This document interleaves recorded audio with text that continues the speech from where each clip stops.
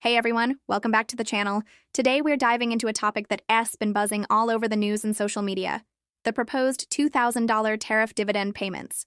The big question on everyone's mind is, could this actually happen by Christmas? Let's break it down. First, what are we even talking about?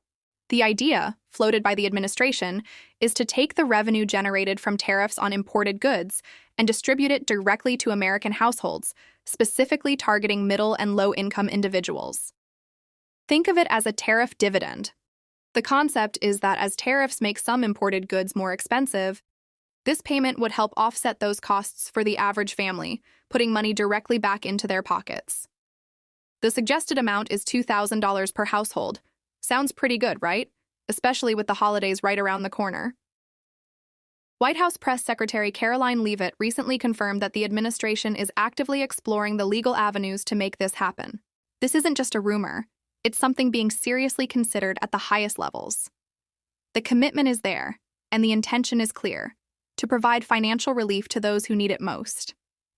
This move is framed as a way to make trade policy directly benefit the American people, turning a tool of international economics into a form of domestic stimulus.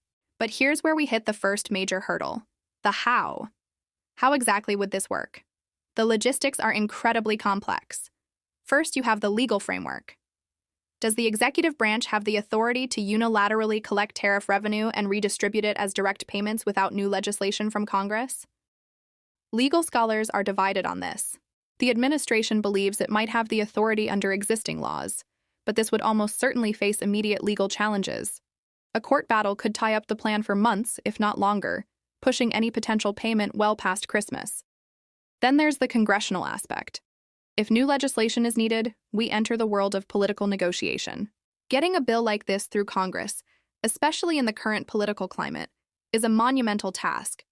It would require bipartisan support, and Democrats and Republicans have very different ideas about fiscal policy, government spending, and the role of tariffs.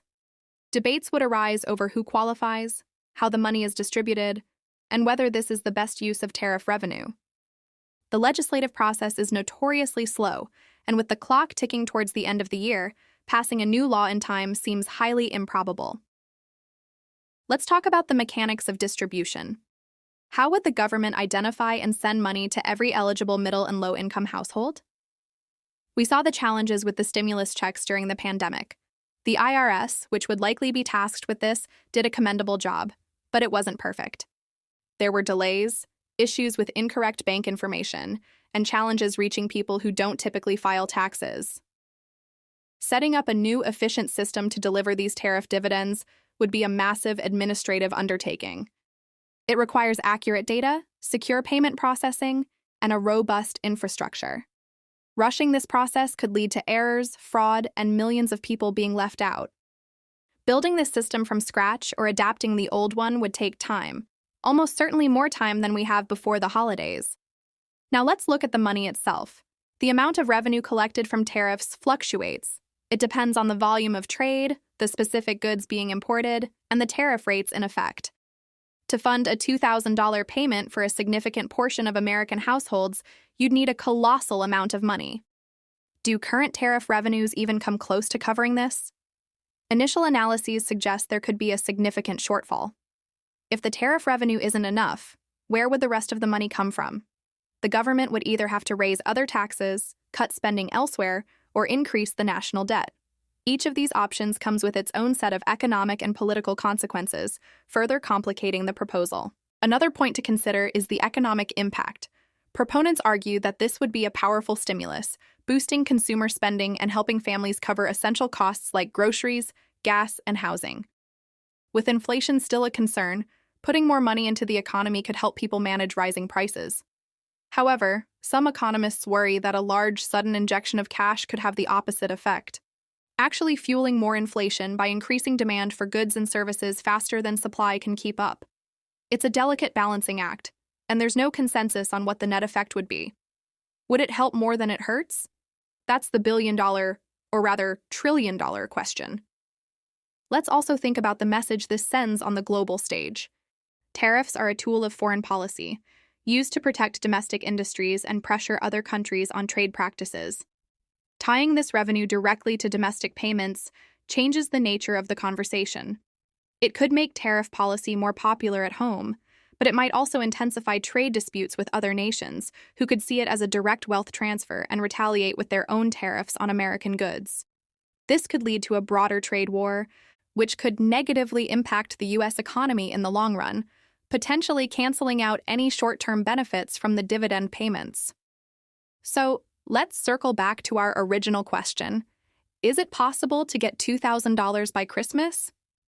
Given all these significant hurdles, the legal challenges, the need for congressional action, the logistical nightmare of distribution, and the economic uncertainties, the answer is, it's extremely unlikely. While the administration's commitment is clear and the idea is popular, the path from proposal to payment is filled with massive obstacles. Each one of these hurdles could single-handedly derail the timeline. The legal battles, the political gridlock in Congress, and the sheer administrative complexity of sending money to millions of people make a Christmas deadline seem more like a holiday wish than a realistic goal. This isn't to say it's impossible forever, but the timeline is the key issue here. A more realistic scenario might see this debate continue into next year, with any potential payment, if it ever materializes, arriving much later. It's a bold proposal that has started a crucial conversation about how trade policy can directly benefit American families. But for now, I wouldn't count on that extra $2,000 for your holiday shopping. We will definitely keep a close eye on this story as it develops, so make sure you're subscribed for all the latest updates. Thanks for watching, and I'll see you in the next video.